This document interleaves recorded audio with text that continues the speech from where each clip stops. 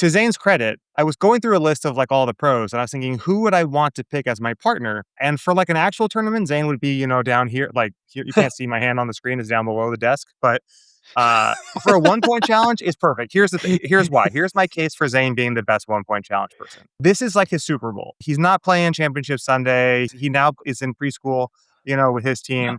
So this is his chance to shine, right? So he's going to try more than any other player. Then here's the best part. Not only is he going to try hard and he's going to make it all the way to the finals, who is possibly the worst singles player of all the good players? Zane.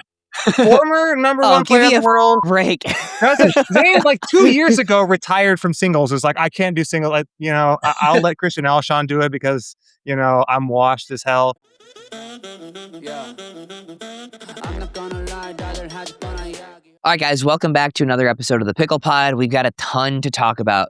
We interview Nathan, my partner from the Paddletek 1 Point Challenge. We're going to go through the whole debate about the Shocks final against the Fives, whether or not that was a cheap win, and Nico's question as to whether or not Kate Fahey is actually better than Jorja Johnson. We're also going to interview Ron and Joe Saslow because there's big pickleball industry news with a merger or acquisition of the PIKKL brand. So action-packed. Stick around. Nathan is electric. Great hang. So Nico, let's start out with MLP from this week. MLP, wild week. It all boiled down to exactly what we thought. By the way, before we jump into the final four of MLP, because everybody hates it so much, and I've read every single comment that says, don't you fucking talk about FIFA and soccer ever again. World Cup semifinals have been set. The top four, the first time ever, the top four teams in the world rankings are playing each other in the semifinals. And just like PPA and just like MLP, we had the top four teams play each other in the finals of MLP. That's the only cross-reference you'll hear about soccer.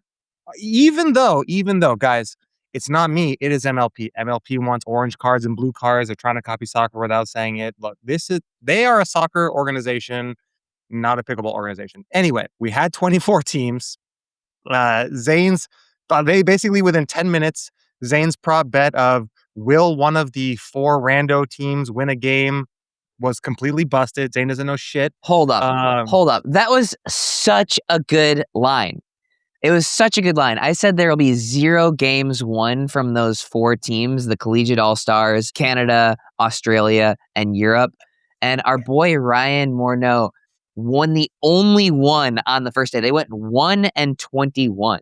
Like, it was a phenomenal line. And if you don't know what we're talking about, we partnered up with Match Day to basically come up with a couple of hot takes or prop bets on a given week. It was a lot of fun, and yeah, so you can check that out on Match Day. But dude, tell me that wasn't the perfect line.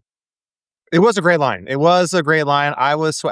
You even convinced me that they weren't going to win a game. And if you were to say 100 times out of 100, would Tama and Connor Garnett lose against these college all-stars, I would have said no. I would have bet my life on it. And it happened. And to me, I think there is a bigger issue that will eventually be solved. And that is both like Tama and Len Yang are playing in PPA Tokyo the week before, getting in like the night before, playing in what might be the biggest tournament of the year besides the playoffs.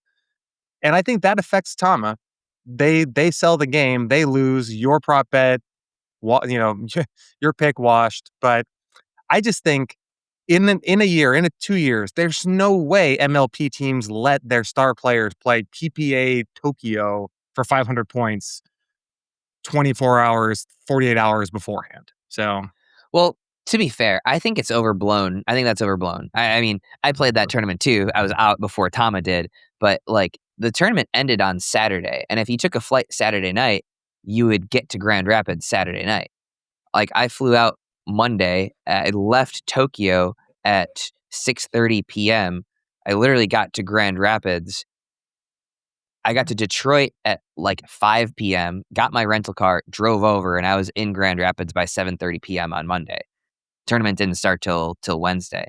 So So like Wednesday. theoretically, they could have been back Saturday night. He plays all Sunday, right? Is the finals on Saturday. Saturday? He plays all Yeah. Saturday. Then he would have to fly out that night after playing a whole week in the tournament in Asia, where all I hear is it's hot as hell, sweaty as hell, fighting for your life for air, jet lag, plus obviously it's not like restorative sleep. Like, I don't know. To me, I just think I saw Len didn't look like he was 100%, didn't look like Tama was 100%. And if I'm a team, at least I'm still saying like, hey, don't go to this thing. Who knows? But shout out to the college all-stars for winning one. And then outside of that, they got completely their asses handed to them, the other 4 teams. And then I think really the biggest question was who out of the top 5 teams was not going to make the semifinals. And then that became super easy as soon as the Brooklyn Pickleball team decided to mail it in. They had an actual injury in Rachel Rohrabacher. They had a scooter injury with Riley Newman. I'm not sure exactly what happened, but that was weird to listen to when they're like, what happened to you? He's like, I don't know. I fell on a scooter. I'm like, I don't know. I'm called bullshit. And then Christian Alshon, he's posting training videos, but then he tweaked something in New York and then he's buying a fish and it's his birthday. So, look, hey, conspiracy theory Nico is like, I don't know, Christian, like once you found out that Rachel's out, your team's not winning, you guys basically can all call it a day. And so we had a kind of a sleepwalk to the semifinals, I think. And then I think the top 2 teams proved that they were the top 2 teams. And I guess the biggest question is there a gap between 1 and 2? I don't know. So what were your thoughts, Zane? What was your biggest takeaways from MLP Beer City Open? Biggest takeaways was this is a glorified exhibition, which sucks because this is I think, other than the MLP finals, the best event of the year. And potentially even better than the MLP finals because it's rather than 2 out of 3, it's like 1 game at a time. Everybody loves Beer City Open. Beer City Open is the best run event of the entire calendar year on PPA and MLP. Like, we're maybe with the possible exception of Worlds, just because that's on a bigger scale. It's the players' favorite. It's one of the fans' favorite, but it's worth 10 points. 10 points, which is we complained about that last time. I think it's got to be worth. I would probably double what a normal weekend is worth. However, it did actually have a pretty massive effect on the standings. So, with the Shock winning 10 points and the Fives winning 6 points, remember, a normal weekend that you win is 25, and if you're the runner-up, it's 18. So these are tiny in compared to a normal weekend. However, it did put them at dead even in the standings points. Literally dead even. They both have like 96 points or something like that. So it means that the entire regular season comes down to which one of them finishes better at Walt Disney World, which is the final event of the season that they're both at. So while it wasn't a lot of points, they were meaningful points. But for everybody else, glorified exhibition. All right. So anyway, we had the top 3 teams, and I think to your point, Nico, I think we have now a clear S tier. I think that St. Louis is top tier S tier. I think New Jersey is mid tier S tier. I think Columbus is bottom tier S tier. Because I have a hard time not having. They're clearly separated from Brooklyn and LA. But I also have a hard time not having Brooklyn and LA in the A tier. You know what I mean? Am I just going too much Alan math from The Hangover? The sliders, I still think, are more A tier than S tier. I still think that there's a top 2, not a top 3. And I think, to your point, the Shock are S plus tier and the Fives are S tier normal or S minus tier. I don't know. But I would put the sliders, behind those top 2. I don't know. I think it's just you see Tyra Black and you think they have to be that good. But they just have not been that good, in my opinion. They haven't beat the top 2 recently. CJ and Andre are still hit and miss. So I until they prove it, nah. Yeah, but you'd still say that they're pretty decently above LA and Brooklyn. I think so. It's like one of those things where it's like, can Ben Johns go beast mode and single-handedly beat a team? It's possible. And I like their chances in a Dream Breaker, but I think their women, it's weird to say that Catherine and Jade. Oh my gosh, I don't remember. Catherine and That's one of the fucked. Kawamoto are Jade. Oh my God. Jade. Just learn the difference. Oh I my tried. God. Catherine and Jade. They're bottom women's team in that SA tier, so it's tough. And Max is not necessarily kind of a weak link. So I don't know. I still think there's a top two, and then Brooklyn is so tough because I think they're the team that I wouldn't want to face, but they're always injured. Like I Yeah. definitely don't want to face them in a Dream Breaker. So I got to beat them 3-1. So Yeah. So before we get into, let's get into this. I think that Brooklyn and LA are cooked on the year if they don't get Federico Staksrud. okay, even Brooklyn. So Brooklyn's got to trade Riley Newman to get Fed. How I much think better so. is Federico at men's doubles than Riley Newman? I think better enough to make a pretty he's definitely better in both men's, mixed, and definitely singles, right? Although singles was not a problem for that team because they had No. Chris Hayworth on the men's side. But yeah, I mean, then maybe they make a trade for Hannah Blatt for somebody who can play a little bit more singles as well. And because they have the best men's singles Dreambreaker lineup of Hayworth and Christian currently. And then you have Hayworth, Fed, and Christian. Like, that would be crazy. Imagine that's 3 of the top 5 singles players on Yeah. one Dreambreaker team. No. Um, I but think I think that you were right when you said they are cooked if they don't get Federico. But I think you have the wrong teams. I think New Jersey is cooked. Do you say New Jersey? New Jersey's cooked if they don't get Federico. I think New Jersey is likely cooked without Federico, but I think there's a chance. I think that Brooklyn and LA are burnt to a crisp, and I think that New Jersey is we're pre-baking the oven. I think you have the same preheating problem the with oven with New Jersey. I think you have the same problem with Max Freeman as you do with Will House. I just think that they are so far below everybody else on those teams that it's tough. They're not bad I don't players, agree with that but at all with on Will's side. Like Will has now stepped into a role that he's like not like he has a brand new role playing the right side, and he's figuring it out. So I think the argument against Will is, I think, primarily because he's asked to play a role he's never had to play before. Like, so still has to he play the hasn't role. I mean, played it's as a like right side he said he guy. sucks in the role. I don't care. Like I don't care. You know what I mean? I'm just like that's still the role you have to play on this team. So like maybe he is better if you put him on his preferred side and whatnot. But I'm just saying, in the situation that Will has to play, I just don't think that he can improve fast enough to not be a liability. Then it's the same situation with Max. Yeah, that'd be interesting. If they get Federico, who do they get rid of? Do they get rid of Noe or do they get rid No, of Will? Will. I think Noe is substantially better than Will. I think uh he gets shit on a lot. Noe does, and I don't think it's necessarily rightfully so. Like I mean, him and Anna Leigh are basically unbeatable, almost.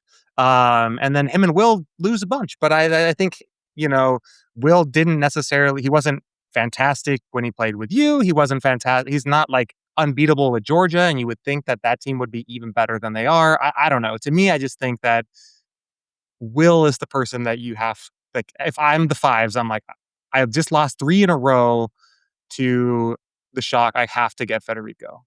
And so I think they have the money to do it. I think they're willing to do it. I think more than anybody, they pick up Federico.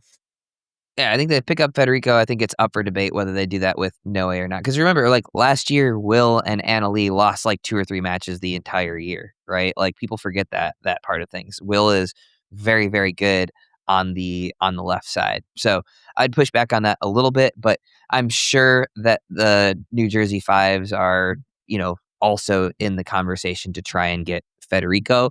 And the reason this conversation is happening is because MLP is allegedly and apparently in rumor mill having it, starting discussions about salary caps, salary floors, and franchise tags. And so the franchise tag piece being, well, actually, honestly, you can't really make educated decisions on what to do with your players until any of those things are in place. No. So I'm Federico is in the last 2 months of his deal. He is basically going to be either franchise tagged by Orlando, if that's a thing, or very valuable asset for one team for 2 months. And so if there's no franchise tag, I guarantee Federico is traded off. If there is, I guarantee he stays on the squeeze, or most likely stays on the squeeze. Yeah. If there's a franchise tag, his price goes way up, I think. But Yeah. I don't know. It's tough. I'm glad that they're moving the goalpost back again with the trade deadline another week just to figure this out. I'm sad that they're figuring it out in the middle of the season, but it is, an early stage startup, so to speak, for a pro league. So give them some grace. Yeah. But the biggest question, Zane, I want to talk a little bit about the St. Louis Shock, who Nope, I've got a bigger question. what? We'll talk about the St. Louis Jack. I want to talk about Federico a little bit more, dude. Come on, chill. Tell Does me more. Federico trade make any of those three teams an instant favorite, a serious competitor? Where does Federico going to the fives, the drops, or Brooklyn put those teams? You and I both took a different path to the exact same spot. I was about to say, is there any trade that could happen that makes the Shock not the favorites? And so that's Federico, I think, is the only person that can do that. And I still think if you put Federico on the fives, ugh, does that make them the favorite? I don't even know. I still think the Shock's the favorites. Is that crazy? I think if you put Federico on the fives,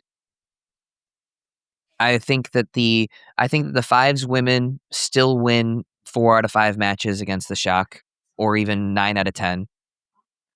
I think the Shock men still win 8 out of 10 against Noe and Fed. But I think you're probably 2/3, 1/3 in favor of the fives in both Fives. mixed matches. So you then probably have Fed and Anna Leigh, or you have Fed and Jorja. I don't know what they would do, but I would, in either of those situations, I think that the fives are likely favorites. However, you get to a Dream Breaker, and that's a pretty dead even Dream Breaker team. So I do think I think a Fed trade would make fives the favorite. It's interesting. I was like going through this list of those 8 players, and we're going to talk about this in a second, but I think Annalie's the best player. Obviously, I don't even have to think. She is the best player. Player number 2, player number 3, player number 4, all Shock. Has to be Anna Bright, Hayden, and Gabe are the next 3 players. Then you have Federico at 5. And then at that point, I think you have Kate Fahey at 6, Jorja at 7, Noe at 8. So I still think you have a majority of the better players on the Shock team. So I don't know. I'm like, I know Fed's good. He's not better than the other 2 guys. And I think Kate is better than Jorja Johnson. Yeah, that was a crazy hot take that you got. Like, Kate was better than Jorja Johnson yesterday. Yeah. But to say that Kate is always better than Jorja Johnson, that's a little wild to me. I don't know if she's always, but here's the question, Zane. One is, obviously, when we're talking about this, we're mostly talking about doubles. But the question is also, who would you rather have on your team, Kate Fahey or Jorja Johnson, for MLP, singles included? Kate's the second best singles player in the world.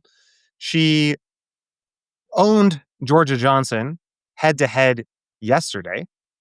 Jorja seems to play significantly better with her brother than anybody else in mixed doubles, significantly. Whereas Kate can probably play with more people. I don't know. To me, I just think that I think they're right there. They're in my opinion 1 and 2 when it comes to the right side players in women's in MLP. But I think that there is an argument that they're at least even or neck and neck in doubles. And Kate Fahey's better in singles. I would take her over the $800,000 Jorja Johnson. I mean, I think it's pretty small sample size, and my worry here is the Shock, I think, played their cards too early. The MLP midseason is obviously important, and any head-to-head with the fives is important, but, like, I got the numbers from Ben and Real Clear Stats. They hit Jorja if you take out shots that they had to hit to Jorja, meaning serves and returns. Jorja hit more than 80% of the balls. Mm. And in mixed doubles, they had grindy points. No way, like 2/3 of the shots to Anna Leigh's 1/3 of the shots. Not only Anna Leigh was coming over to take balls, and it wasn't the other way around. It wasn't like Noe was just poaching and taking balls out the backhand. No, they played everything to Noe. Yeah. Now, I actually legitimately cannot think of a time, because it might not exist, that Anna Leigh has lost twice in a row. She rarely loses, but she also makes phenomenal adjustments. And so I worry for the Shock's sake that they've played their cards too soon. I think Jorja adjusts and is ready for this next time. Like, I think she also just didn't look like she played up to her normal self. Maybe part of that's the strategy. Maybe that part of that's just, an off day. But like, yeah, I think I think that they played their cards too early, if I'm being honest. I don't. You could be right, but I think that they're good at also adjusting as well. The Shocker. I mean, they showed their hand against Ben Johns too, and they whooped his ass in the second time they played him, and then haven't lost him since. It's just been nonstop, Ben Johns ownage. And so the biggest question is They one. lost their mix. Ben and Jade beat Hayden and Anna again this week.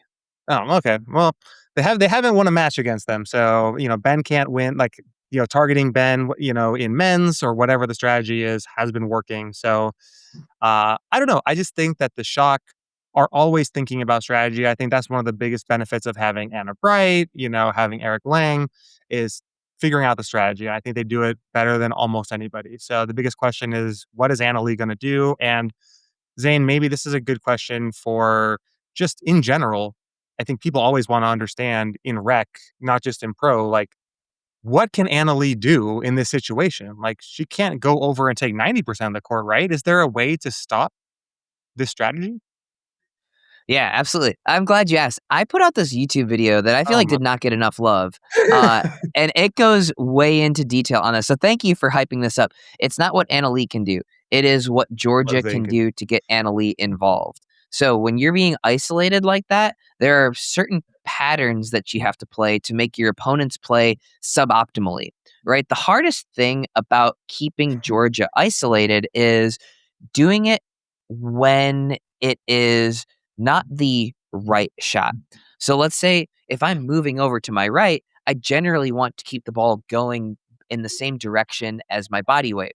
So let's take Jorja dinks to the middle against Anna Bright.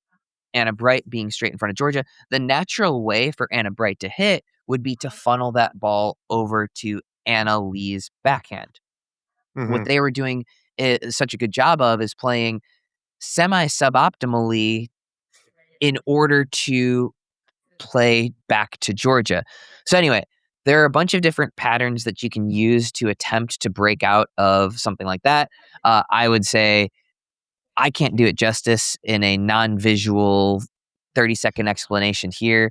Go over to my YouTube channel. I think it's called Breakout Drill. I put it out within the last month. I think it's one of my best YouTube videos I've made. Yeah. All Let's right. see. It is called They isolate you on purpose. Here's how to stop it. That's what I want to see. Yeah. So it comes down to the person being isolated, what they can do, not the person, or sorry, the person. Yeah, the person they're hitting the ball to, not the person that's not hitting the ball. So this is a Jorja issue. What she needs to do. This is good to know. Which is probably a lot easier to rectify in pro than it is in rec when you're trying to tell the weaker player, "This is how I need you to hit the ball." But I still think it'll work for both. But I guess to your point, maybe Jorja needs to watch your video, figure out what they need to do, because getting hit 200 balls in a game is tough. Yeah, for sure. So anyway, yeah, I think a great weekend. I think there's lots of stuff about to happen. I'm sure we're gonna have plenty of news. We had a few trades already that we didn't even have time to get into. Yeah, it's gonna be a wild week of MLP. So make sure to follow us for next week's deep dive after the San Diego tournament this week. Make sure to follow Nico for up to date analysis, and then make sure to follow me for better analysis than Nico. And last plug I'll make, because I did see a comment yesterday that said this podcast should be retitled "Two Guys Beg You to Join Their Discord for 90 minutes." Join our Discord, and if not, fuck off. No. Touche, agree. Alrighty, welcome to the podcast, Nathan, the most electric non-professional pickleball player ever. The Discord is already saying that he needs to take over as my new podcast co-host. I couldn't agree more. This is actually his trial run. But Nathan and I took down the Paddletek 1 Point challenge, the very first one, and Nathan just giving electric interviews along the way too. Dude, tell us about it. Tell us about the first couple of rounds that people didn't see. Yeah, so me and my partner Tommy, shout out Tommy, he's probably watching. We signed up for it. We played Thursday, Friday on those rollout courts out in the parking lot. They were terrible, by the way. The balls were just, there were so many wrinkles in the courts. It was like I don't think I really saw any of the points actually end on it, but when we were practicing, we were like, this is terrible. Yeah, so we played 4 points, I think, altogether. I think we were supposed to play one more, but somebody forfeited.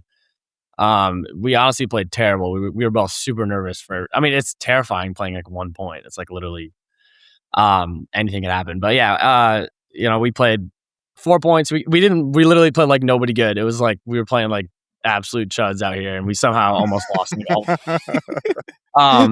But it was super fun to make it through, and then we got through and we were super hyped. And then, we got an email. It was like, show up to the pro lounge. You're going to meet your partner. And I got Zane. And I was like, let's go. I got Zane. I was like, I know Zane's going to try. How'd that work? How did that work? Were you randomly assigned partners from there? I have no idea. I thought that you guys were drafting. I thought it was going to be like, they were going to have like the partner up, or they were going to do it by duper. Someone said that it was going to be like lowest duper pro with like highest duper amateur. I don't know, but I think it was just completely random or something. So, when did you know you're going to be in it? Because I don't think you were on the initial list, right? No, I was. I knew it because Okay. I was also. I'm with Paddletek, and we kind of like worked through some of the logistics and stuff too. And so, I knew that me and Elsie were going to be in it from basically the time that was announced. Was there like some sort of a draft? I felt like there was one day where I missed some activity where because we were playing. I mean, I have no idea. I know as much as you do about how they pick partners, but I'm glad. All right, so but hold on. So I just want to. I want the audience to know for sure. You did not pick Zane, right? Yeah. That was not your first, second, third, fourth. Like, well, I mean, it would have been my stuck with Zane. It would have been my first choice, but I didn't get the choice. Yeah. Okay. That I don't believe. Good man. Good man. Actually, I feel like I would be a good first choice in that tournament. Like, I was probably. I mean, like Jaume was in it. And then Riley Newman was on the list, but he was hurt. I was thinking about outside of that, like there weren't a lot of like top. It's not like the top guys were in it. Like, I was thinking about this. I didn't watch a lot of the 1 Point Challenge, but, you know, to Zane's credit, I was going through a list of, like, all the pros, and I was thinking, who would I want to pick as my partner? And for, like, an actual tournament, Zane would be, down here. Like, you can't see my hand on the screen. It's down below the desk. But for a 1 Point Challenge, it's perfect. Here's why. Here's my case for Zane being the best 1 Point Challenge person. Zane, this is like his Super Bowl, right? So like he's not playing Championship Sunday. He's his team. He now is in preschool, with his team. So this is his chance to shine, right? So he's going to try more than any other player. Then here's the best part: not only is he going to try hard and he's going to make it all the way to the finals. Who is possibly the worst singles player of all the good players? Zane. Former number one player give me in the a world. fucking break. Zane, like 2 years ago, retired from singles. It was like, I can't do singles. I'll let Christian Alshon do it because, I'm washed as hell. So if there's a guy that you're going to be able to beat in a 1 Point singles challenge, Zane. Also, I mean, not big conspiracy guy, but Zane is the face of Paddletek for the most part. And so they're going to rise his boy up to the top of the Paddletek challenge. Like, all the signs spoke to me. Like, when I saw Zane in the final point, I was like, yeah, no shit. This is perfect. And then I was like, of course, this guy's going to lose. So I don't know. Wow. Did they rig it? I don't know. Like, I was there the whole time. We played they rigged it without me knowing. literally the highest duper. We played the highest duper team in the first round with Dow and the guy who won the Kitchen Open. The guy, Dow's Nick partner was like a Romano. 6.0. He was literally higher duper than the pro. It was crazy. This is true. Dow did speed up a forehand right at me. Yeah, that's true. No, but I remember we came off the court after I went on Saturday, and Zane goes, "Well, I won something today." So I was like, "We got hey, what the fuck? You roasting me too now?" No, that's what you said, not me. I didn't say that. I won something today. I think you said that to like Mish or something. I was like, God damn. But hey, Zane. Okay, so sorry, go ahead. Okay, well, the people want to know. Like, this is my most asked question. Did you throw the singles point? Because everybody was like, "There's no way you beat him." But I was like, I don't know. I came up. I crashed the net, hit it like a decent first volley. It wasn't great. It was pretty like short middle, but like, you caught off guard. Did you throw it? So like, did you throw it or? Not gonna lie, I was just like I hit that passing shot so tight. You hit a pretty like it was low, but it was kind of spinny volley, and I was like, oh shit, he made it, and I kept like. I was aiming for like the middle of the court on that next one. I missed it like 3 feet wide. I was like, what the fuck? Wow. So no, I'm just you just outplayed me in the 1 point. All right, that's on record. Yeah, all my friends were like, he definitely threw that, right? I was like, I don't think so, but no, I'm like walking through the Grand Rapids airport and people are like, did you throw? Did you sell? Did you throw? I was like, at some point I just got to start saying yes. Yeah. Yeah, I wasn't trying to. I wanted the kid to win. It was a good story. Yeah. He seems like a good kid. Actually a homeless kid, so it was good to I get him off the streets. $8,000, yeah. So anyway, Saturday, so you won 3 rounds in the parking lot, and then Saturday you win another round for 4. Sunday we win quarterfinals against what was our first one? Was Tyra. Yeah. And Tyra. We second did not round. Hit to Tyra. Go she ahead. hit 1 shot, I think. She did hit 1 shot. Yeah. No, we're not stupid. We're not hitting the Tyra. Yeah. Like no. Second round was KK. Was that Caitlin? Was KK? Yeah. Third round, the finals. The finals, you almost cooked us, dude. You served before Vicky called the score. I know. Can you imagine? I was waiting and I was like, it was like silent. I was like, okay, I guess I'm going. Is that technically a fault in the pros? Technically. Oh yeah. Really? So that should have been GG's right there. The other team, the other person should have called the head referee for sure. Yeah. So you serve. If you serve, I mean, I'm kind of bummed. I've never played with a ref before in a tournament. So if you serve before the score gets called, that's a fault. Yeah. Yeah. Dang. So but, yeah, who did you guys play in the finals? Who was the last team that you guys had to beat? It was Maya Bowie, correct? Uh-huh. Yeah, and then partner Chris Walker, I think is his name. He's very good. He's like 5'6", 5'7". And he Dude. totally that block was straight out. I mean, that was also Yeah, everyone was saying no. that they wanted him to lose because he was being like annoying. He was like running around the court and going all crazy and whatever. And so everyone was like, "Yeah, I was cheering for you." I was like, "Sweet." Dude, yeah, you told me that guy was good. It's not only so he missed the return when you served early. He hit that Yeah, out by like 6 inches. I talked shit to him after that yeah, I too. know. Uh, and then and then I hit the most mediocre drive that I've probably ever hit in my career to him. It was probably like 17 miles per hour, and the guy hit that ball like 9 feet wide and 9 feet long. It was honestly pretty impressive how bad he missed it. I Yeah. thought you were like, "This guy's good." I was like, "Yeah, no, you're wrong." No. Well, yeah, 5'6" duper good, but again, the nerves were insane, so you never know. I think That's everybody's true. duper goes down like a full point for it being 1 point. I was so Fair tight. enough. So what's going through your mind? You got the chance once it was us in the finals, you got the chance to basically choose serve or return. What's going through your mind playing that last 1 point? Yeah, so I don't play a ton of singles. I haven't played a ton this summer, but, I played a little bit. I played my boy Alex. He's probably watching. Shout out Alex. I played him for like, a couple games the other night. And my game is very much so like I'm pretty long. I just always try to get to the net and make people try to pass me. So I was like, I'm not, gonna risk, you coming in first and me serving. So I was like, I'm definitely returning this. Hopefully they disallow the chainsaw, which we talked about. There's like a little delay there because everyone started chanting chainsaw. And I was like, oh, he's picking up the chainsaw. And then I was like to the ref, he can't do that, right? And she was like, no chainsaw. I was like, all right, sweet. Yeah. So then And it was just at that moment, I knew I was cooked. yeah. So then for me, it was just like, can I get to the net and try to not let him pass me on the first one? And then I left the court wide open, but you just missed it. So I did. I did. Dude, yeah, that was awesome. Congratulations to you. What did you think of like the event overall? Like anything that you feel like could be done better for the next Paddletek 1 Point challenge? Or yeah, obviously like you're probably like it's the best thing ever. But yeah, what'd you kind of think of it?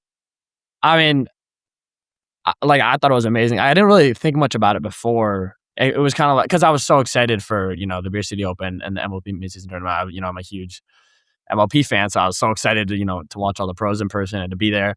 And then like there was this 1 point challenge thing that was kind of on the side, in my head. So it wasn't like I had huge expectations, but then it kind of just we kept winning, and I was like, all right, I guess we're still in it. But I mean, I thought it was great. I thought that like I didn't even realize that it was going to be like this huge thing that they like streamed. I thought it was just going to be like a little thing off to the side. So yeah, I mean, I don't know. I don't have any recommendations. I think it was fantastic. I think people liked it. It was a nice like switch up from just watching the pros all day. So what do you Yeah. think? It's Ni- fun. Nico, any thoughts from your end? I mean, to me, I thought it was the dumbest thing ever is just having to go against a pro at the end. I was like, I just could not imagine more of like a lose-lose situation for a pro. Like, I'm gonna go take this kid's money, 20,000 bucks, just smoke him. Like, I just imagining Zane going like, I thought for sure he would just try and bag you on the point. Like yeah, either win or lose, he's going for the bag or something crazy, laser to the head. I don't know, but I just like, all right, cool. Like this guy gets all the way to the end, everything's like like I just imagine like Ben Johns competing, in the Yola 1 Point challenge next year or whatever, and then just smoking some dude. But I don't, I still don't know about that one. Like I Yeah. would just, but I still like it. I love the whole idea of like the pressure of 1 point, and it's like I don't know, like it's such an advantage for the return team, I think. But maybe I'm wrong. Like, is there any statistics, any real clear stats, Zane, on the teams that won that were returning versus serving? I think we returned twice and served twice and Yes. Correct. won Yeah. them. I Do you play with a mean, paddle tech, both of you? I was using a Friday. And the Oh, Friday guy actually hit me up and said, "I'm gonna send you a new paddle after you saw me jump in the air." So that was pretty sweet. oh, I was nice. watching. yeah, he launched his paddle like 50 feet in the air. That was pretty funny. Yeah. Um, You didn't yeah, get disqualified for understandable. that one. Yeah, I'd have to agree. Like the final is, I think that's the only maybe missing piece. I feel like it should be like, or maybe you even get to the finals, right? Like me and Nathan were partners, and then Maya and that other guy were partners. But then you have the amateurs play each other for that, right? Yeah. You play the Yes. singles amateurs 1 point there, and like me and Maya are just like on the sidelines, kind of like Coaching. You can be cheering the or something, yeah. right? I like 'Cause, that idea. yeah, I do think that Nico, you're right. I think the end format was a little scuffed. Like when I first, because I didn't even realize that's how it was gonna work. You're like, in the end, you're like, "What? I gotta face Zane?" Oh. Yeah, I was like, what? That doesn't make any sense. Because I thought it was like, because it says first place and second place money prizes. So I thought it was like second place, as in like if you lose in the final game in the double, Oh. you would get the 5K and then the winners split the 20K And or something. and But then that I second place is literally the second place singles. I was like, okay. and then I absolutely wanna draft next time. Like, I don't either Yeah. the pros drafting the amateurs or even better, the amateurs drafting the pros. Like, like Zane playing with a chip on his shoulder, knowing that he was the last pick in the draft, huge advantage, right? Like that'll happen next year. So, like, so- I but don't think Zane's gonna be the last pick after he just carried me all the way to the final. So that is true. Hey, Zane, bro, Chris you did Olsen it. won the nerdy tourney. You can win this one. Dude, you did a great job of just not playing like a brain dead amateur for 4 straight points. So like, I mean, like just think about the stuff that the other guys did, right? Like the one guy that lost to Tyra, like literally sped up at Tyra and she I just saw that. pissed on it. yeah. like Yates clunked a forehand put away. Augie hit The a third in guy, the net. what's that? I think Did Augie hit a Augie third into really? the net. Did he really? I didn't see that. We weren't That's watching. We were back crazy. in. We were just like, I was just Yeah, back there. we were I was game planning. people. Yeah. That one guy who was whatever Chris's or the guy in the basketball jersey, like he Yeah, was that we trying to lose. Yeah, he was trying every which way to lose. Like he yeah. tried to miss his return the first time too. Like Well, my friend Tommy, he was with Yates, and when Yates missed the forehand, and I talked to Yates for like 20 minutes yesterday, and he claimed that it was not his fault. He said, the amateur is never supposed to speed up at the pro no matter what. But I thought it was a pretty good shot. So Yates claims it wasn't his fault though. But I feel like Yates needs to take some responsibility. Like if you are like even remotely the one that messes up in this scenario, like as the pro, I feel like you got to take responsibility. But he was literally like, I took a video of him to send to my friend, and he was literally like, "It was not my fault. It's your fault." And I was like, "All right." Yates, I don't know. Maybe he doesn't have enough reps in the pro level that he has like enough aura.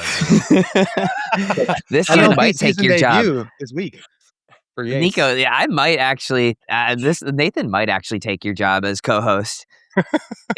My man's funny. Agreed. Yeah, you stole my ice bath line too, because that was my line in the interview, and then you get on the court, and then you should have given me some creds for that one. Maybe you should take You your know what? job, Zane, Yeah, on the pro I'm tour down. and the I'm down. podcast. It was such a good line. It needed to be heard twice. that's true. That's valid. Yeah. We work in That was tandem with. all right, Nathan. So, Nathan was also just off court, just hustling. My man is just graduating college, started the club pickleball team at his school, president of that, and is now looking to get into pickleball in a actual job sort of fashion. What are you looking for? What are the people listening gonna hire Nathan for?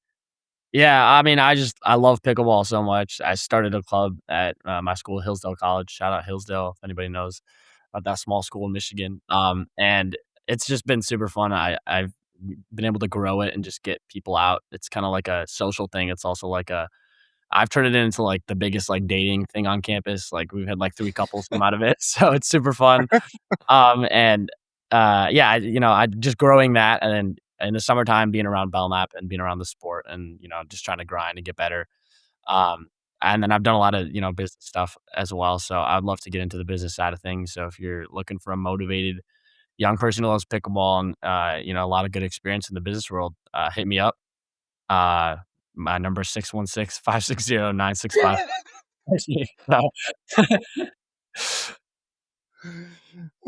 That's I just played crazy. that's that's crazy. Oh my gosh, Oh, that's awesome. you Is that guys, I'm please be gonna get like nice. am I getting like spam call now? Is that illegal? Yeah. There's a. I'm not sure if you guys ever seen the TV show How I Met Your Mother, maybe before your time, but Yeah. there's an episode where Barney, the main character, he goes to the Super Bowl and he has a sign that's like "Ladies, call me," and he has his phone number on there, and then his phone's like a magic phone; it just keeps ringing nonstop because everybody at the Super Bowl saw his number. I feel like, the 36 people that watch this podcast, yeah, you're fucked. So Let's go. There'll be some good contacts in there though. So Yeah, hopefully. guys, please be nice to Nathan. Please be nice. Serious inquiries only. Yeah. Awesome, dude. Well, hopefully, saying your number publicly on the podcast gets you a job. Hopefully, it doesn't get you any other Killed. unsolicited things. But No pics. My phone was already blowing up after yesterday. Like, it's fine. It's just a few more texts.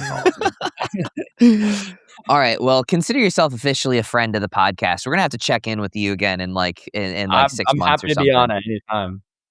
You know what, And- Nico? Should we do our draft with Nathan? Yeah, we can do our draft and then let's do it. Let's do our draft with all Nathan. right. Nathan, are you familiar with how we've been drafting Yeah. different things? I saw All the right, debate about Israel the other day. That was interesting. That was interesting. Yeah, obviously I'm right about that.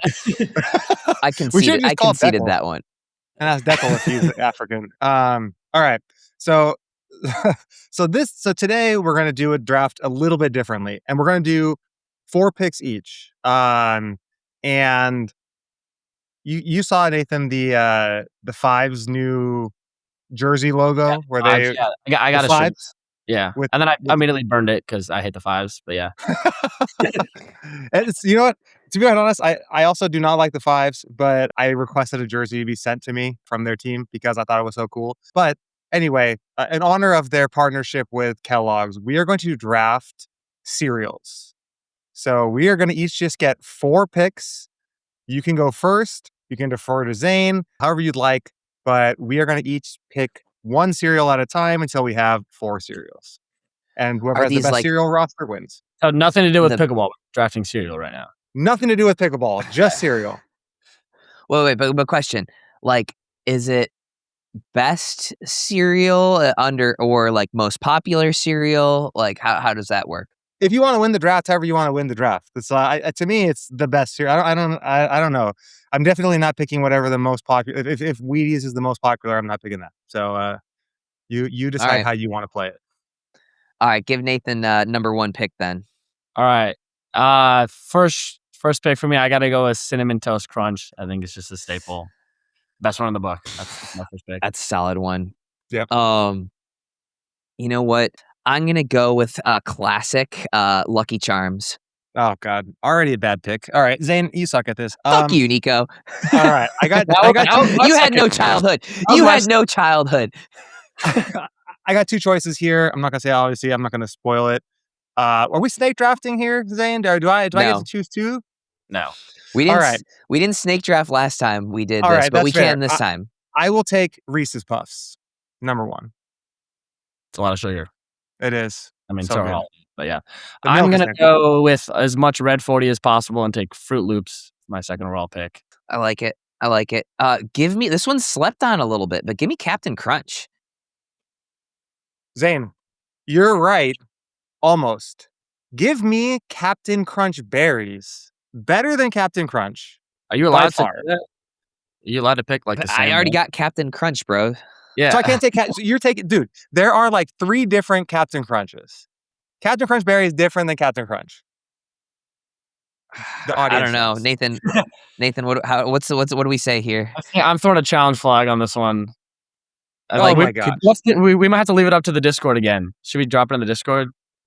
We will drop in let me pick it. I will disqualify myself if people think this is a bad choice, but I mean, I feel like there's like a million different types of Cheerios and whatnot, so like we're eliminating a ton of cereals if you get one Alright. from a category. So I'll take Captain Crunch berries. Alright.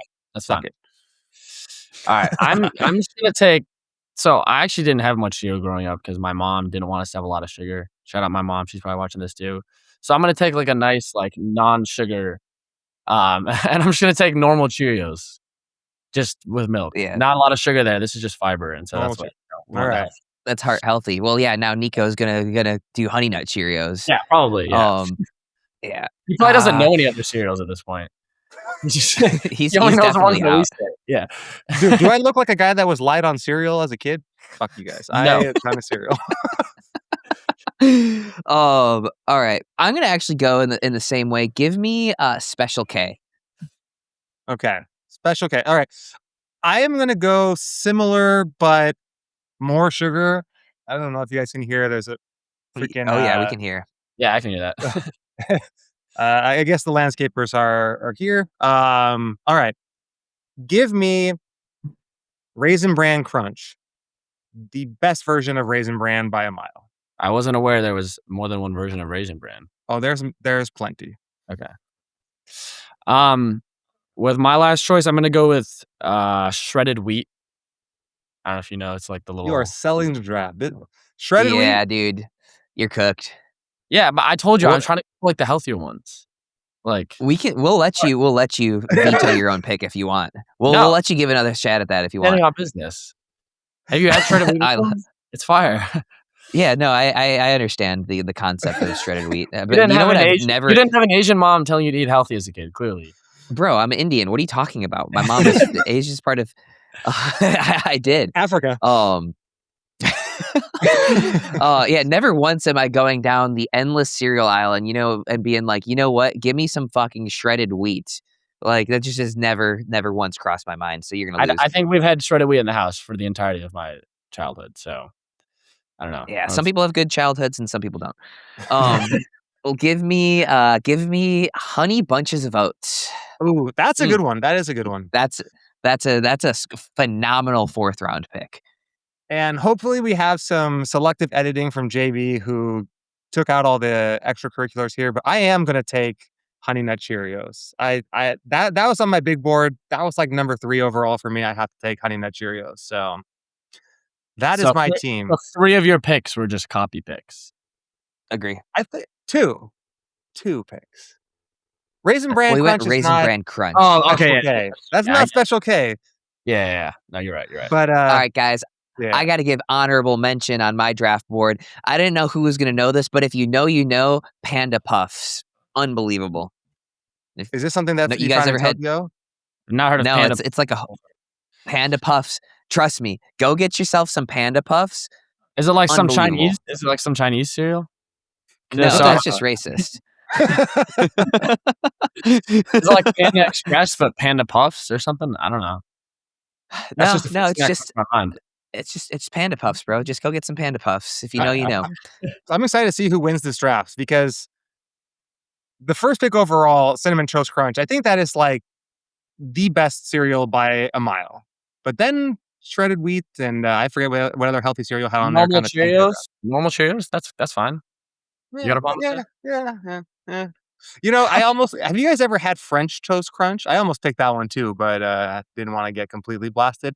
It is like 1A, 1B when it comes to like the Cinnamon Toast Crunch, French Toast Crunch. It's fantastic. You can't find it everywhere, but you gotta try it. Well, I think let me defend my picks a little bit. Like I'm not just going for like what tastes the best. I'm going for like what is giving you the best. Like if you can open your pantry and being like, I want maybe a healthier option today, then you have that. I didn't just pick like 4 like sugar filled things. You know what I mean? Whereas that's what you pick, Nico. Which kind of makes sense. That's true. You got like the single specialist or whatever that is. You know, the person that you got the cereal that helps you. I created an MLP lineup with my cereal.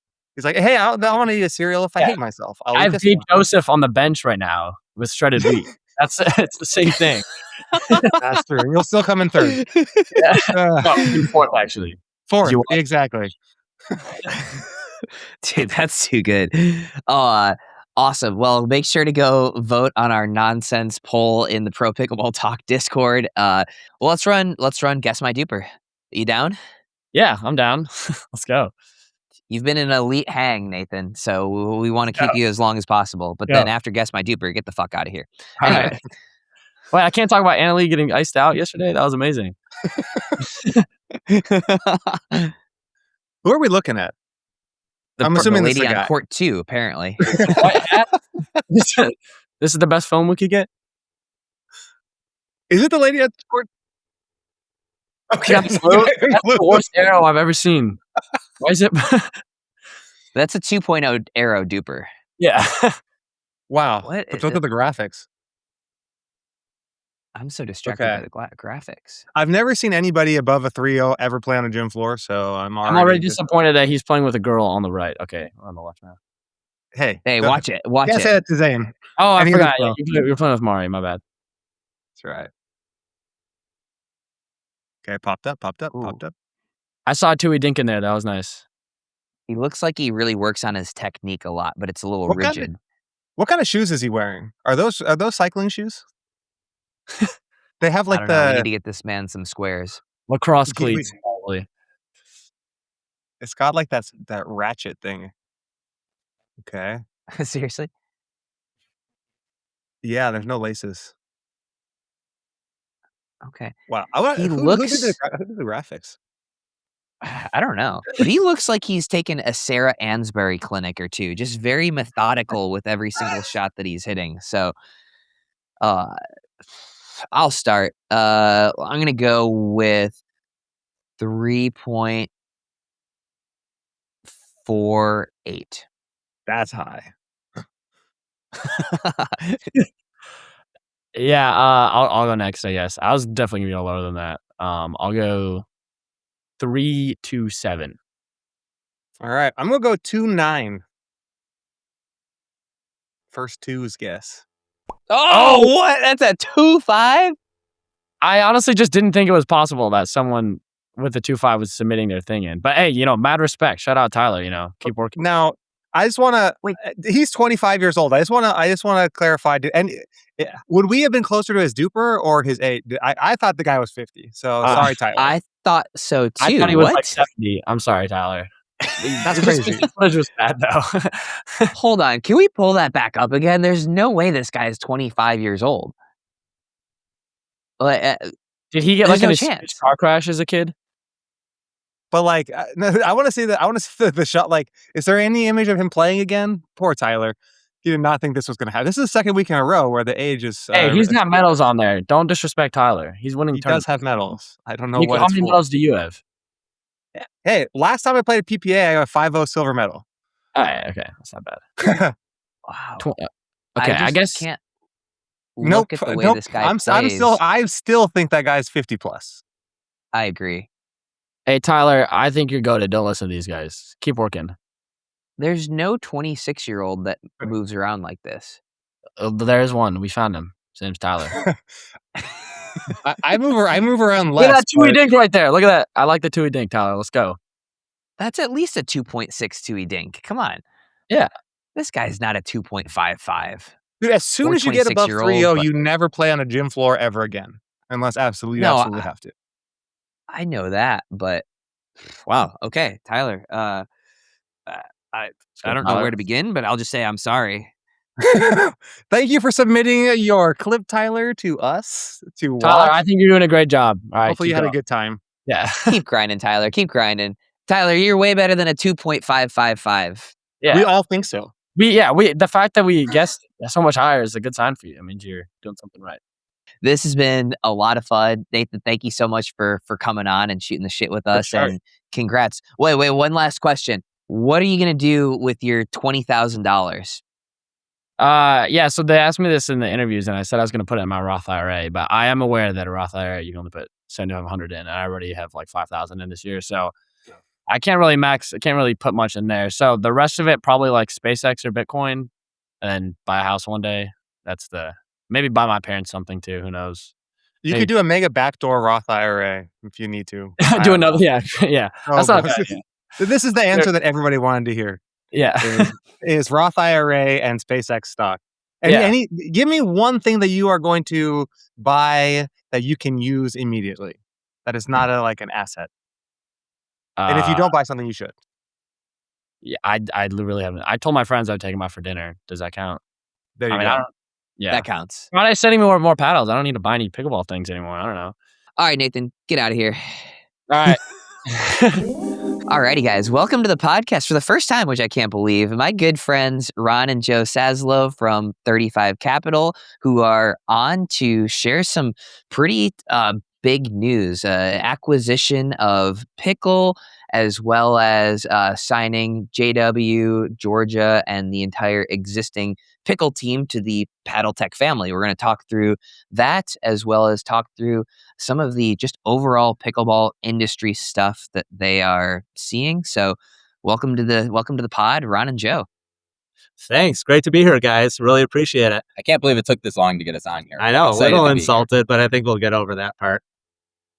Oh, I know. I've been trying to get you guys on for years, but I couldn't do it with Ron's busy schedule of going to Cubs games and It's and tough. F1 races and Padel stuff now.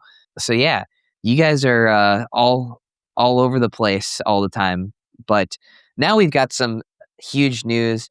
Can you guys actually just take us through, like, how did Paddletek and PIKKL come about? So the combination of the two companies started about a year, almost year and a half ago, and we were big fans of the company, but more importantly, we were big fans of the technology that they had. And as you two know all so well, the technology is moving really quickly in pickleball, and our dedication to our team and our customers is to continue to be on the front edge of the technological changes that are happening. PIKKL had some really cool tech that others didn't, and it just seemed a natural for us to try to put together a deal and bring that technology on board. I'll also say that they've got a great team there. I mean, Zane, I think you know Mike pretty well. Yeah. Great guy, brilliant guy. We're really excited to work with him. And then I don't know if you spent any time with Dan, who is their, product genius and the one who has really been developing this tech that we're excited to bring to the market soon. Just another brilliant guy. So really excited to work with them as well. Yeah.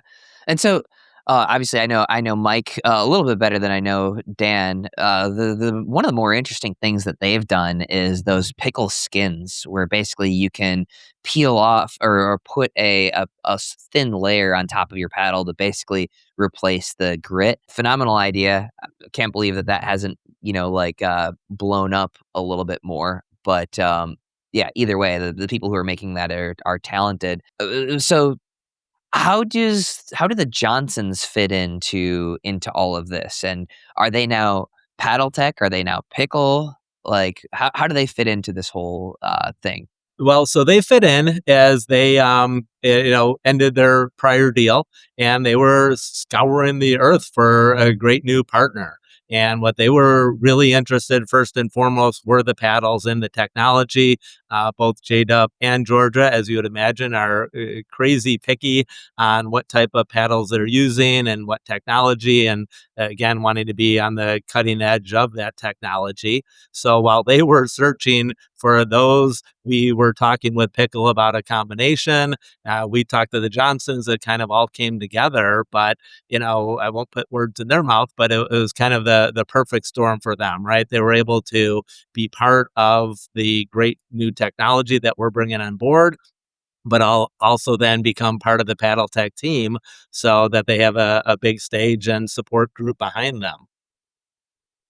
Yeah. So I mean, I'm assuming PIKKL stays its own completely independent brand in terms of, like, you can go buy a PIKKL paddle, but it's all under kind of the same, like, corporate shared services and whatnot. Joe, Yeah, take that one. I actually don't think that's going to be the case. What we're going to do is we're going to bring the PIKKL products and athletes and people underneath the Paddletek Group umbrella. So we call it the Paddletek Group. It also includes ProXR, includes Boundless, and now PIKKL, among some other brands in the sport like Yobo and some other great ones. And what we're going to do is we're going to bring some of their popular products into the Paddletek lineup. We'll have all of our athletes are all going to be wearing Paddletek, representing Paddletek. And we will continue to bring some of what made PIKKL so special into the lineup. Interesting. So PIKKL would basically be like a line of Paddletek, more or less. Yeah, more or less. Maybe a that's few right. lines, things like the PIKKL skins might continue to exist. And so it won't just be the PIKKL line, but without giving away too much, we're going to bring some of their super popular products over and have them now by Paddletek. Gotcha. Okay. Nice. So Just on I think a general like pickleball business type of thing, why do you feel like there are now more transactions like this kind of happening in the space? Is there something that you're seeing? Because it used to be like, everybody's got their own thing for years and years and years, and now you're seeing, companies joining forces a little bit more. Like, yeah, what's your sort of analysis of that? So my take on that is that early on in pickleball, it was a gold rush. It had relatively low barriers to entry, so anybody who could cobble some paddles in their garage or have a connection over to China was able to jump into business, and that was fine as the industry was just starting. What typically happens in industries, and pickleball will no doubt be one of them, is a consolidation after that. The industry is big and getting bigger, but do they need over 1,000 different brands and approved paddles in the market? Probably not. And so what we see happening is pretty expected and normal, that the consolidation is coming. It's going to go from thousands to hundreds. And then if I had to pick a number in the next 5 years, there's going to be maybe 5 to 7 significant players in the business. And we're hoping to be one of them. And a path to make that happen is to continue to look to opportunities to bring new technology, new ideas, new markets, etc., and have that be part of the family. Our goal is not to buy up all the companies out there. It's not a race to have more brands, but I do believe it's a race to have better technology and more options. As we've seen from introducing honey foam, which has done really well, that foam definitely has a place in the marketplace, but we've also seen a lot of players move to foam and now away from foam. And so we want to make sure that we're able to offer our customers and our pros the chance to pick from the great technologies we have, pick the one that matches up with their style and their game better. And with that, we want multiple choices. And certainly PIKKL is a step in that direction. Yeah. It's getting a lot harder to run a paddle company. I mean, between the approvals and the technology, it used to be that you're right. The guy in the garage could go out there and he could order 2,000 paddles from overseas and have them arrive and be fairly competitive and could undercut on price or try to find other ways into the market. But with the amount of R&D that some of the brands like us and a few of the other major brands are doing, the tech's moving so fast. And you can no longer be as competitive just being the garage brand. And so we've seen that some of those people have seen that it's just becoming a much harder industry to compete in because of all the R&D that we're doing and improvements on the tech. And I think added to what Joey's saying, that the globalization of the sport is leading into that as well. So it's easy to go to the local, park or go to some local courts and talk about your paddles and maybe get them out on social. It's a whole different ball game to start marketing and selling in the global basis, and all the international spots that are just exploding, as you know, Zane, from visiting them. The international scene is just on fire right now, and it takes a different level of sophistication. It takes a lot more money and effort to be able to stay relevant and be one of the leaders on the global standpoint. So one question I have is, I'm sure you guys saw the acquisition of Bread and Butter, or the Bread and Butter joining Selkirk, and basically I think everybody was like probably rightfully like nervous, like, hey, this is like the brand of the people going to like what you might say is like almost like the evil empire, right? Like, like Selkirk, like, hey, here's one of the big guys has all the money, whatnot, and is just going to ruin this brand, right? And so the question that everybody was like, Nico, Zane asked, like, what is Selkirk going to do for Bread and Butter? Like, why, what's the benefit fit to them? I guess my question, same thing here with PIKKL, is like, all right, PIKKL joins 35 Capital, PIKKL joins the Paddletek family. Like, what can we expect to see from PIKKL? I feel like they had innovation, they have some good names, and what's next for PIKKL? Yep. So a really good question. Listen, Selkirk's amazing. They've done a ton for the sport, and they're a very successful company. Taking no shots at them for sure. I'm not totally sure how that's going to fit in and what they're going to do with that. But I can tell you from from what we spoke about earlier, our goal is to gain the technology, not necessarily the brands. So that's why from us getting that on board, we're going to focus on bringing that technology. We're not necessarily going to continue to keep the PIKKL brand alive. And part of that is just that. We want Paddletek to be the greatest pickleball company in the world, and we want to put all our energy and effort and R&D and social media and everything behind that one brand so that our customers understand who we are and what we stand for, and then understand that we have different products and technologies in our line. That does seem to be very different with what Selkirk's doing with bread and butter. But again, they're smart guys, and I'm guessing they have a plan in place.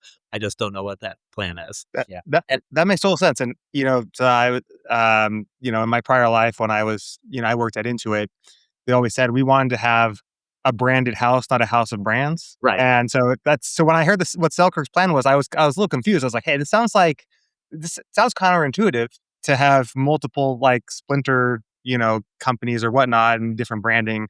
So for you all, it sounds like we have the branded house. We are Paddletek. Everything funnels into the Paddletek. And so maybe if you're nostalgic for like the PIKKL logo, like you might be sad, but all the PIKKL technology is going to come into the company that hopefully you like, Paddletek. Yeah, totally agree. I think that's well said. If you loved what PIKKL was doing, you're still going to love what we're doing. And we're going to bring it all together. And I think part of what made it great was that we were so aligned with the PIKKL team with our goal, which was we want players to step on the court with the absolute most confidence that the paddle in their hand is going to help them win more points, more games, more tournaments. And I think that we were so aligned that it felt like a really simple solution to bring it all together and fight on the same team. Yep. And being a little bit redundant, it is, it's exciting for us because we are offering choices and we are seeing players, both pro and AMs, experiment with foam or experiment with other, versions of technology and really bounce back and forth. And I don't think the final chapters have been written on what is the best. I think it's going to be what is the best for that athlete. We've also seen the proliferation of athletes using different paddles in the line for singles versus doubles because they play differently and the sport of singles and doubles is different. So I don't think there's going to be one paddle, whether it's within our brand or others, that is the answer for everybody. I think the choice is going to be absolutely critical for successful brands moving forward. Yeah. So along those lines, there's been a couple within the last just 2 weeks or so, seemingly like almost hit pieces on pickleball, where there's this guy, I don't know if you follow him, he's had some interesting stuff. He this like Michael Gridley or something like that, who does industry analysis, and he's not basically he put out something saying that he thinks the pickleball boom is over. There's also some numbers on the amount of paddle approvals going way down from the peak back in 2024. Is that part of the maturation of the industry, that along with bits of consolidation, or what is your take on pickleball has reached its peak? Yeah, well, I think that comment, and I haven't read his piece, but I couldn't disagree more with that statement. I think what you are seeing is the maturation of the industry, which is pretty normal. And listen, the growth from a percentage standpoint in the U.S. couldn't possibly continue on forever. At some point, it had to start leveling out, but that doesn't mean that there's not tons and tons of new players coming into the sport. And then the international market is truly just scratching the surface. So we see just tremendous growth continuing on. You can play with numbers how you want from a percent basis, but it's getting bigger. It's getting better. We're seeing it on the professional side as well as the AM side. You go to a tournament like this last weekend in Grand Rapids and you see the passion of the fans coming in, and the TV numbers and everything just continue to get stronger and stronger. And we couldn't be more bullish on it. I think the other piece that you had mentioned, Zane, about the number of submissions for approval and all are going down relates more to the prior conversation of it's just getting harder and more expensive to step away from the rest of the crowd. And so I think many have tried, and now some realize that, yeah, as a garage band type thing, it's going to be pretty tough to be able to compete. And so I think anyone who's going to give it a shot as maybe, that might have cooled a little bit, but I assure you that us, as well as all our competitors, are continuing to drive the technology and the submissions as much, if not more so than ever. True. Also, not going to get a lot of clicks on an article saying pickleball keeps getting bigger. So Right, exactly. I understand writing the articles of, oh, this could never keep going. Yeah. Mm-hmm. Yeah, yeah. That guy, oh man, there were so many different counterpoints to his argument. Like it was an interesting enough video and it got plenty of clicks, but he's convinced that Padel is going to eat pickleball's lunch in the US. And I think that's interesting because Paddletek is betting on Padel. You guys are making Padel paddles. I've been playing with them. I think they're great. Like, I love the old Pro XR handles that go on these, which is a different story for this. But can you see any world where Paddle actually overtakes pickleball in the US? No. Quick answer to that is no. I think it's going to be great. Again, as you said, we're investing into it. We're investing into the pro league and the rackets and the balls and the shoes and everything else that we're going to do because we do think it's going to be a winner. But in my opinion, I think there's no chance it catches what pickleball has done here, especially on the AM side. One of the great parts about pickleball is that whether you're a tremendous world-class athlete or you haven't really done a whole lot in sports or, for the last 10 years, you're able to jump in and have fun, enjoy it, get healthier, get off the couch and on the court and have some fun. In a couple hours, you can be decent enough at pickleball that you're out there having fun. It's great for the masses. You can take old tennis courts that aren't being used and paint, new lines on them, and it's reborn now as a pickleball court and all of that. And as I had said, everybody at every level can really jump in there and have a good time. I also think that's somewhat true of Padel, but I don't think it has the same mass appeal. It's quite frankly a lot more difficult to play for the average amateur. And if you don't have some good skills and really more weeks and months to learn the sport, it's hard to play. You can't roll off the couch, jump in, and go have a good time. So I think that's going to be somewhat a limiting factor. I also think Padel has some headwinds with the amount of courts that are available in the States that are much more expensive. They can't be retroed from a different sport into it, and it's just a harder thing. On the pro side, I think it's exciting to watch, and I think pickleball is exciting to watch. So if there is an opportunity for pro Padel to gain some eyeballs, I think it will do that. But again, as excited as we are to be in that business, I feel that pickleball has a wonderful head start in the States and just a much larger mass appeal from a participation standpoint. Yeah. I'd be a lot more nervous if I was tennis about Padel. Right. Agree. Yeah. I think, it's they've taken tennis and, in my opinion, as a non-former tennis player, made it more fun. And so we haven't seen as many people going from pickleball to Padel as we have from tennis to pad. Yeah, I think that's right. And there's another sport that some cities play called platform tennis that also is going to take a huge hit because Padel is basically a more fun version than platform tennis. It's quicker, it's more athletic, it's faster paced. It's just, again, in my opinion, a way better game. But I feel unlike tennis and pickleball early, kind of like I used to say about skiing and snowboarding, where they just were arch enemies when they first, started and they were all fighting over who gets the mountain and all of that. I think Padel and pickleball, the circles overlap much more so. And at least at my level of amateur participant in both, it's great over the course of the weekend. You go play one once, you play the other day, and it doesn't screw up your swing or your stroke. You're able to really enjoy both of them. So while I do think you'll see some overlap, it's, as Joey said, a much friendlier overlap than potentially tennis or platform. is. And can I throw out there before the paddle people come after us for the way Yes. we say Padel, that we named our paddle brand Paddletek, spelled Padel, unlike our pickleball brand. No, that's right, which is Paddle. So they're both called Paddletek. So internally, we have to call it Paddletek as our paddle line. So we're gonna get clipped, and people are gonna be mad at us for saying Padel. Like, these guys aren't paddle players. We are, but just had to throw that out there because Well internally said. we can't have two brands called Paddletek.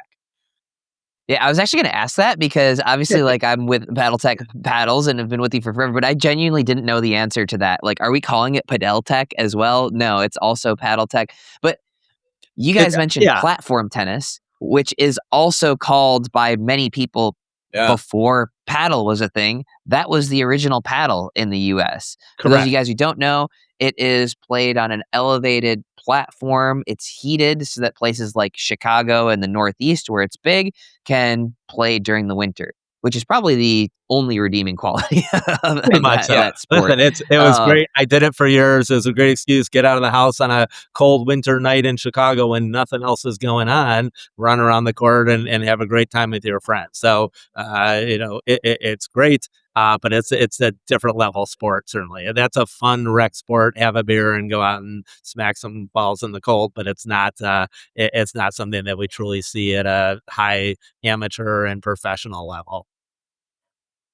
Yeah, unfortunately, it's a sport that looks so much worse at the pro level. If you've never watched a professional platform tennis, which I went down that rabbit hole and never will again, at the top level, you have 5 to 7 minute points where you just lob, because if you spike the ball out of the fence, you actually lose the point, even if it's in the court. So you just get these war of attrition 3-hour long matches, and it's just not a fun watch. No, does not look fun to play either.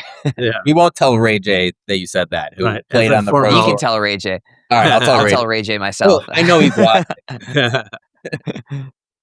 All right, so you guys obviously are not betting against pickleball. In fact, there's a lot of other bets that you guys have placed in the pickleball space. You've got investments in Move. You've got investments in Squares. That one's doing really well, by the way. I love these brand new ones. And even hit Nico's top 3, even though he's a Selkirk shill over there.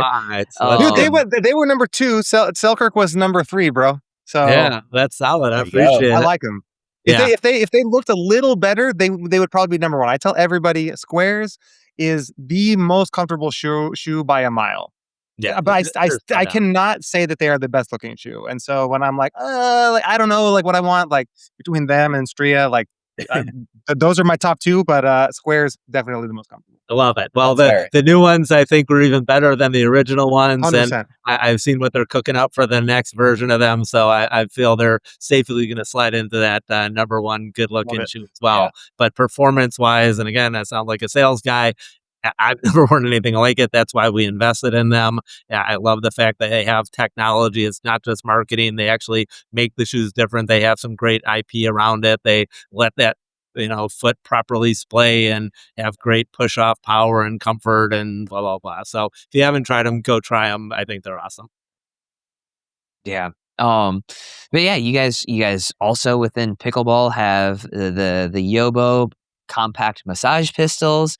You got the Chicago Slice. Like, you guys are clearly not betting against pickleball. Did you not know that, Nico? No, I did not know. Yeah, these are the owners of the Chicago Slice. I was like, how'd Zane get a job on an MLP team? I was gonna say, if you're wondering how he got on, right? Exactly. Yeah, we love it. We couldn't be more bullish about it. The sport's fun. It's great at the M level, great at the pro level. We've continued to look for different opportunities to get people involved and excited.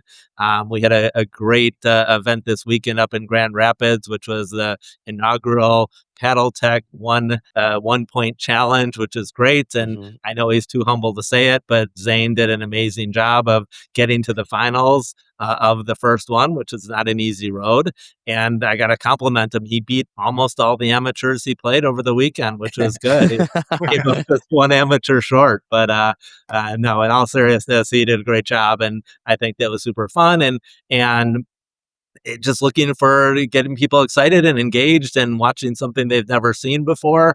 And this is kind of a fun idea that Joe and the league had come up with. And we're looking to do more of those type of things as we continue to look to grow the sport we love.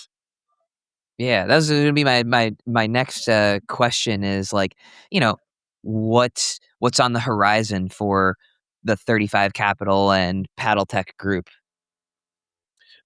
For us, in terms of companies we're looking at, or just in general? Just generally. If you want to give us any tips or leads on M&A stuff, go ahead. But that sounds like a bad idea. Off camera, right? We're happy to talk about them after they happen. But just that. Listen, we're excited about pickleball. We're excited about a lot of different sports for sure, and Padel, as you had mentioned, being one of them. And we're just looking for different ways to get involved and be part of it, not just from the straight business standpoint, but also to help the sport grow and be part of that growth. We've gotten involved recently in a couple different facilities. I know you played in one that we did on the north side of Chicago, which was great. And again, a combination of 10 amazing indoor PIKKL courts with 4 indoor Padel courts. We're involved in the one that's going to be opening in Boca Raton later this year. And again, just another way for us to get involved in helping grow the sport and bringing it to certainly the millions and millions who already know about the sport, but there's a whole lot that haven't yet drank the Kool-Aid and really understand how great that sport is. And so we're trying to do events and programs and things that will help bring that magic out to the world. Wow. I have one last question for you guys. You're on here because of the merger, the acquisition, also Jorja and J-Dub signing them, huge. Other companies are shying away from signing pros, and we have this debate a lot. And so I'm going to ask you guys the question that we've pretty much asked everybody, which is, what is more valuable, or maybe you can distinguish the difference between signing a JW in Georgia or a Tyra and having Chris Olsen and John Q say your paddle is the best paddle. So want to know either what is more important? What is the different ROI? And when you think about kind of those two, the idea of going after pros and the idea of what Chris Olsen can do, the godfather of paddle. A great question, and the answer, of course, is both are pretty darn good. So we hope to do things that are going to score well in both. Listen, people reviewing the paddles and saying good things about them is super important, and that obviously lets customers know that not only are there new things in the market, but how they rate and how they compare to others, and from selling to the AMs, our products, super important. As it relates to the pros, that's also important. Obviously, having a good group of well-respected and well-liked pros adds legitimacy to what we're doing. And so that's a great piece as well. But what the pros also do that the reviewers don't necessarily do is they help with the engagement throughout the community. So as an example, next week, we've got the whole group in, and we're doing the first MLP event ever in Chicago. Is going to be in Chicago starting on July 23rd. But 2 nights prior to that, we are doing an event at Wrigley Field where we're going to have Chicago Slice square off against a lot of the pro the Paddletech pros. And so that's going to be a great exhibition. 3rd year in a row we've done that. But then we're also going to do some other events during the course of the week where we're getting the pros out into the community, and they're going to do, again, a great job of helping people see pickleball in a different light. And if you don't have the pros doing those exhibitions and getting out and working and helping do clinics and events and be part of the community, you're just not going to get that same type of engagement. So long answer to your question, reviews, great. We love them, especially good reviews that help people who already love the sport and want to go buy a paddle know where to go get the one that they want. But in terms of growing the sport and continuing to drive the success of pickleball, can't be done without the pros. People need to see the sport played at a high level and really understand that, wow, what I'm doing at my home court with my buddies is cool, but what those guys are doing at the professional level is freaking unbelievable. And reviews can't do that. You got to go see the pros and get involved in events that they're doing. I'll also throw back to my earlier point, which is that our goal is to create the best possible paddle, right? The paddle that you'll have the most confidence in when you step out onto the court, that this thing is going to help you win. And so enlisting the help of people whose whole livelihood is sitting in their usually right hand and saying, hey, like, you guys need every 1/10%. I know Zane can attest to this. Makes a huge difference. I need more than that. You, the difference is huge. And so, of course, Chris and John and all of those guys are great, and they have a great voice to the market. And I think a lot of what they say is correct. And we also see a lot of value from the people who go out there and are on the court trying to become the best in the world. And their feedback, their input into how to create the technology is something that we find incredibly valuable, and we think is going to continue to lead us to be something that people are going to look on TV and be like, they trust their whole career holding a Paddletek paddle. I should be able to trust myself in my whatever your journey is, whether it's winning your 3-0 match or your local Moneyball tournament. Yeah. Mm-hmm. Yeah, and I think the pros really only add if the paddle is good as well, right? Yeah. Like, there are some pros that you'll see out there swinging a paddle that you'll never see in the wild, right? As part of my advice to anybody who's choosing a paddle, I made a pretty in-depth video on the best way to do it. If you've got a Venn diagram between what the pros use and what the paddle reviewers are pushing, go with the in-between. Don't just go with something that you only see pros use. Don't just go with something that's only being pushed by paddle reviewers, because they have their own conflicts of interest. Go with the center of the Venn diagram on that, and you're going to find yourself a good paddle. Absolutely. And to whatever degree you can kind of match up your game and your style with what the pros are doing, that means a lot, because we've got tremendous players on our team. But saying what you're playing with isn't necessarily what Christian Alshon's going to be playing with. It's not necessarily what J-Dub and Jorja and Tyra are going to be using.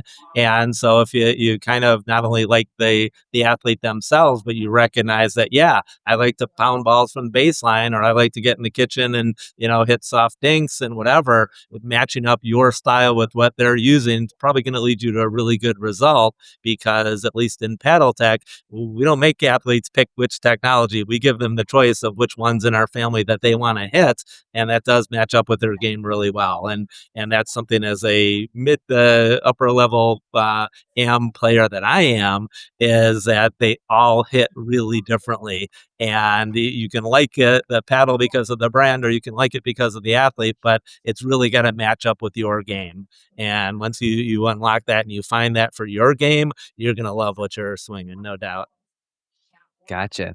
Well, that whole mid upper level amateur player, I think you're gonna have to submit for. I think you're gonna have to submit for Guess My Duper segment, and Okay, we can be we'll be the judge of that.